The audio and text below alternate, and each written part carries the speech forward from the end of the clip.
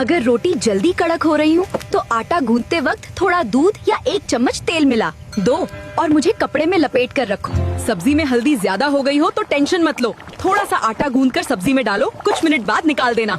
सब्जी का taste balance हो जाएगा। सलाद अगर जल्दी बासी हो जाती है तो सलाद में थोड़ा सा नींबू निचोड़ के रख दो। घंटों तक सलाद ताज़ा और स्वादिष्ट रहेगा। क्या तुम्हारा भी रात में दूध फट जाता है तो मुझे अच्छे से उबाल कर ठंडा करके फ्रिज में रखो और मुझे साफ बर्तन में रखना, फिर मैं नहीं फटूंगा।